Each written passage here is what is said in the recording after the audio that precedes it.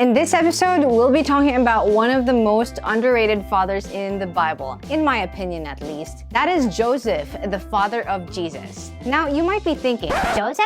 But didn't he die before Jesus' public ministry? First of all, we can only assume that because he wasn't involved in the gospel records of Jesus' adult life, which might be true, but even in the early stages of Jesus' life, we can already see what kind of man Joseph was. And that's what we'll be talking about right here. So if you're intrigued by that, then stay tuned. Hello, people in the world. I'm Hannah of Hope and Future Bible Devotions. This channel gives you encouragement and godly wisdom with Bible context and life application. So welcome, and if you're new here and that's what you're looking for, consider subscribing.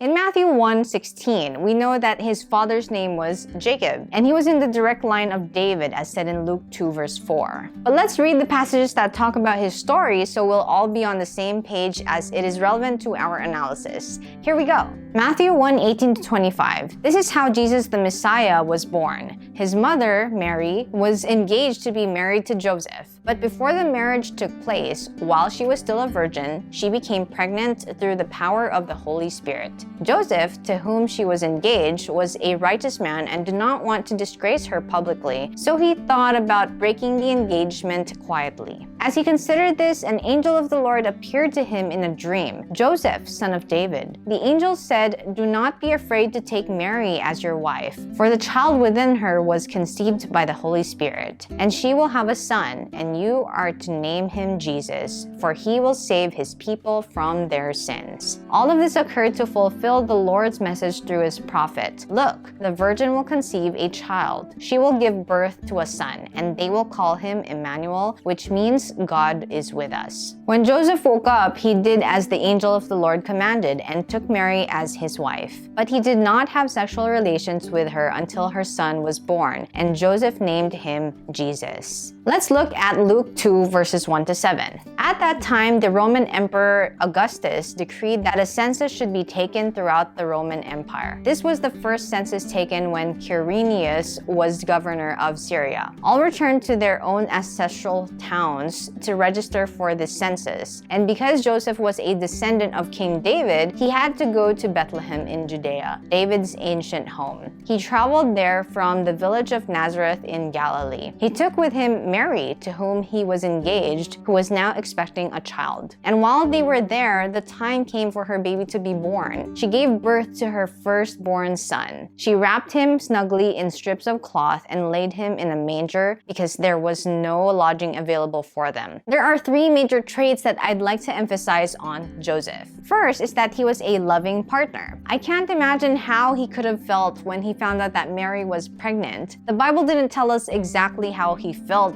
because it wasn't a K-drama, but we can only imagine. He would have thought, well, I'm not the father, so who was? During those times, there were laws for the Israelites to follow with regard to sexual immorality in Deuteronomy 22, and they could be harsh compared to our present day. On the outside, it would have seemed like Mary committed sexual immorality, and as our passage says, he thought about breaking the engagement quietly. This was lawful, but also loving of him toward her. He wanted to do what was right according to the law, but he still cared for Mary, which is why he wanted to break the engagement with her quietly. If an engagement would be broken, especially if done publicly, everyone would know, and that would bring shame to whoever was at fault, and that includes their whole family. Joseph didn't want that for Mary. That's one thing that shows his character. He still showed grace. But of course, later on, he found out through a dream how Mary became pregnant, which is through the Holy Spirit. So it wasn't sin. Also, he cared enough not to leave her when he went to Bethlehem for the census. As we read earlier, a decree came out that required Joseph to register for the census in Bethlehem. Now, some may say, well, she's pregnant and he should have left her with her family so she wouldn't have to bear the difficult travel from Galilee to Bethlehem. But that would also mean Mary would surely have to give birth without him beside her, and there'll be bigger chances that people people, including her family, may be mean toward her regarding her unique pregnancy. The Lord actually orchestrated this as Bible prophecy was going to be fulfilled that the Messiah would come from Bethlehem, which is Joseph's hometown. Of course, for the rest of his life, however long that was, he was Mary's husband. They had children of their own too after Jesus and raised them together. Next is that he was obedient to God. We mentioned earlier that he wanted to be obedient to the law and stay pure in the sight of God. But another test of obedience was when the angel of the Lord came to him in Matthew 1:20-24. After he received the message, he obeyed and took Mary as his wife. Take note that Joseph was most probably a teenager during this time. He could have chosen his own way out of immaturity or just taking the easy way out. He could have chosen not to believe the message in the dream and just brush it off.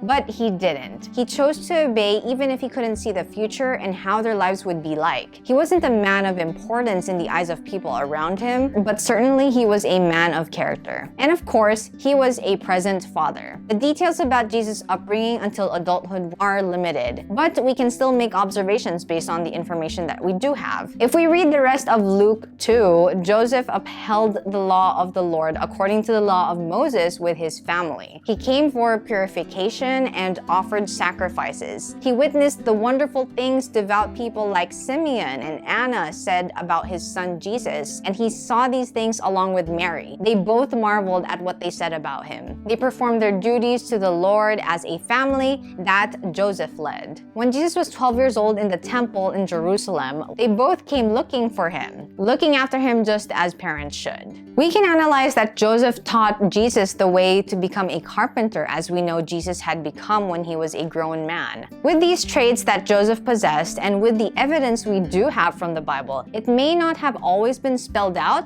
but he was a good earthly father to Jesus. At this moment, I want to greet all of the fathers a happy Father's Day. Fathers are definitely important in the home. They are to train their kids to love God and in the practical things. For the younger, I pray that you have someone you look up to, whether it's your biological dad or a spiritual dad. For those who don't have kids, I pray you guys have influence on the younger ones like a dad would. Tell me your thoughts. Maybe you have a biblical father in mind that isn't talked about enough. I want to know, so comment below.